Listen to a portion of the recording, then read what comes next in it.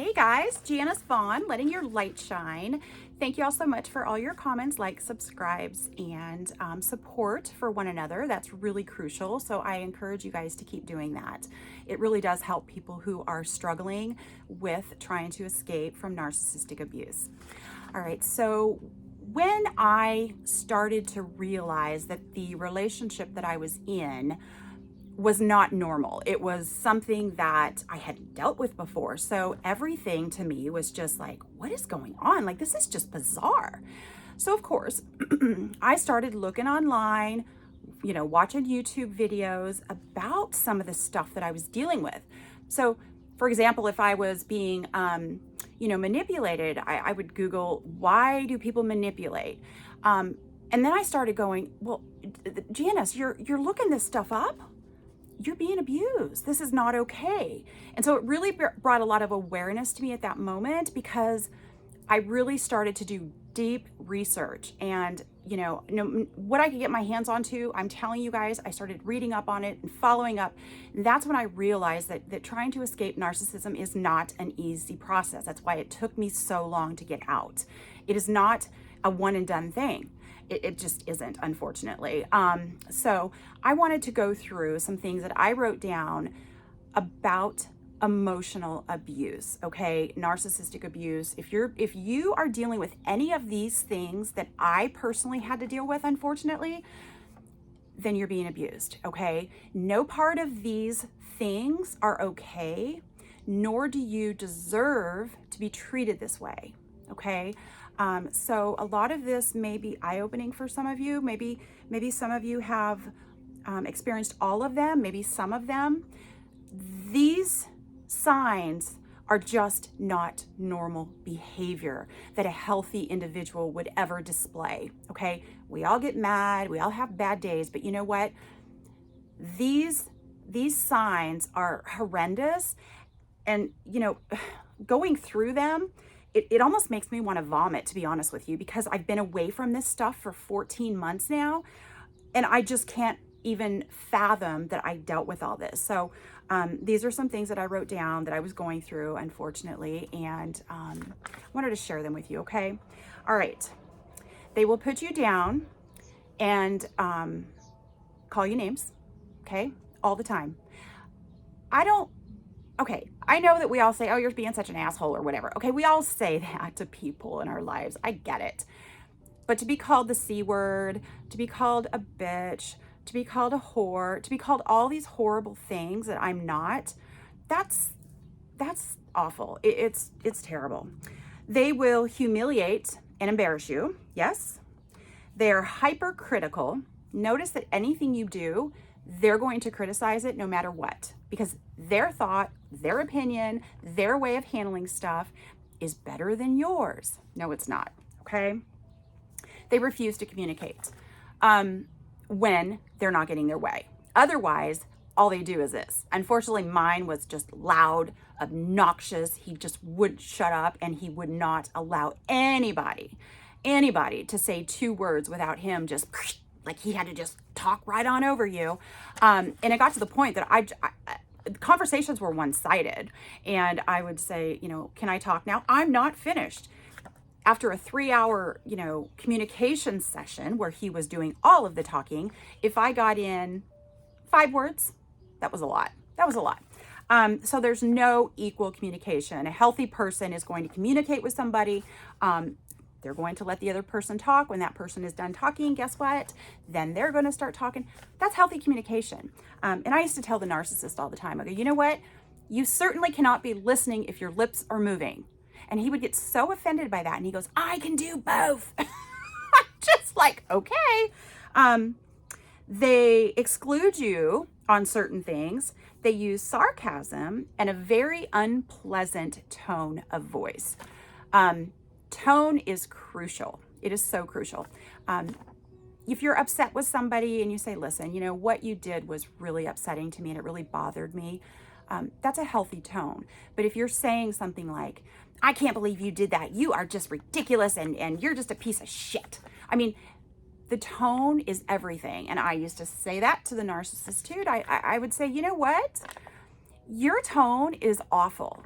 I go, you know, you could say a very kind word right now, but the tone that you're saying it in just negates the fact that you're trying to say something nice, which was never anyway. So I don't know why I use that example, but their tone is everything, okay? Because they want that superiority and they feel powerful when they're talking down to people.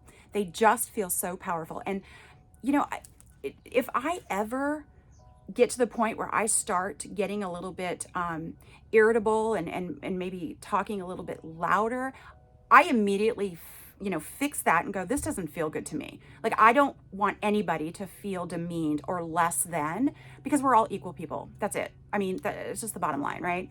But with a narcissist, they want to feel up here and make everybody else feel down here, because then they're powerful. Well, they're not. They're actually very weak, but they think they're powerful.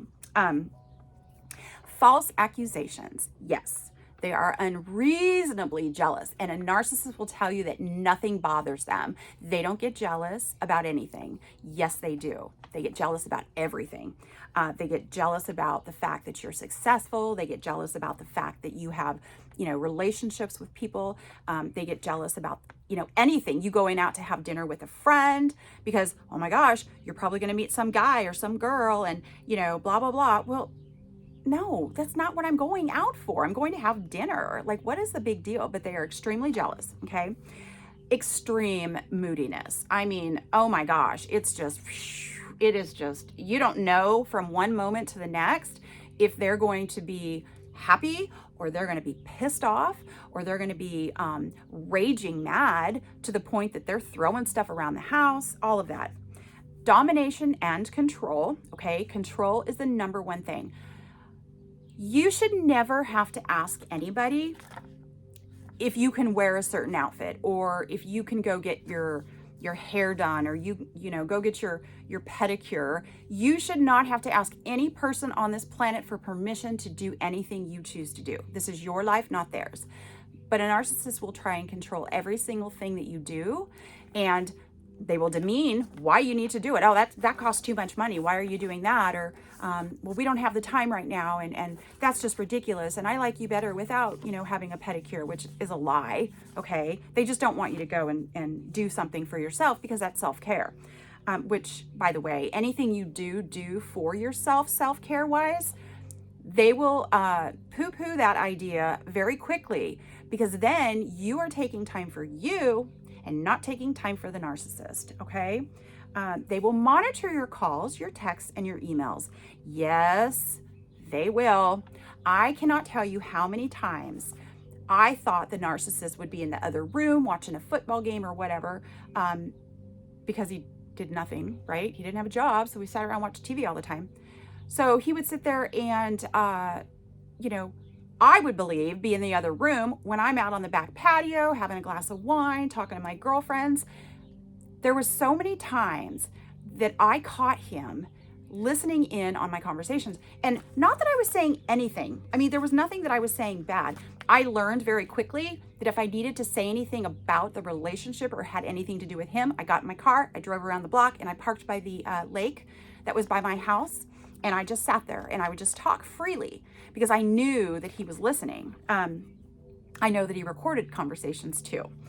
And let's see what else.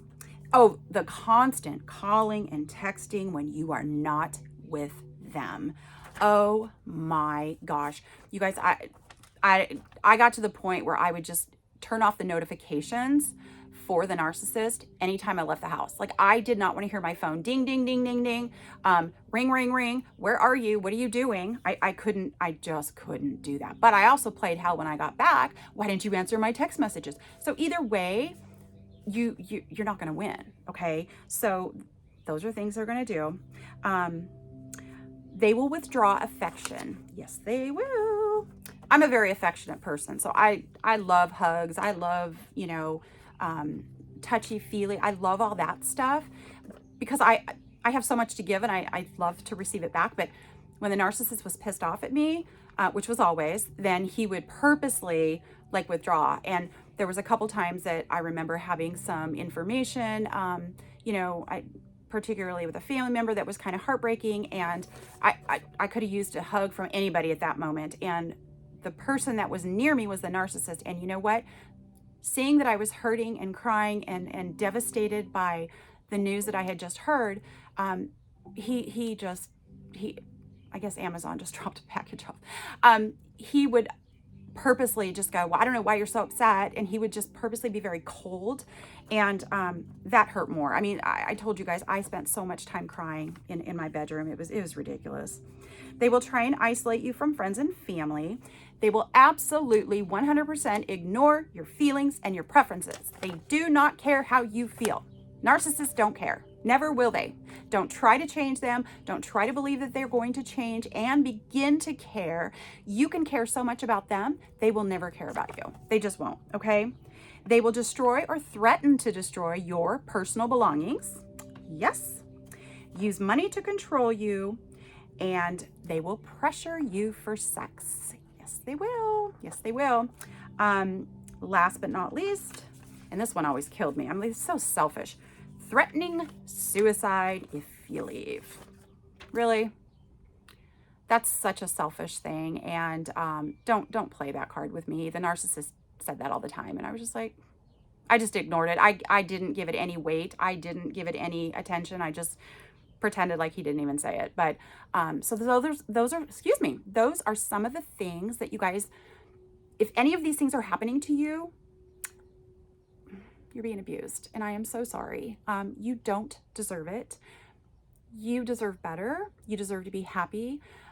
So start doing research on some of this stuff, because getting out is hard, but the moment you finally get out, your life will change. And I can promise you that so much. It will change in every area, okay? You're gonna begin to feel happy. You're gonna actually feel at peace.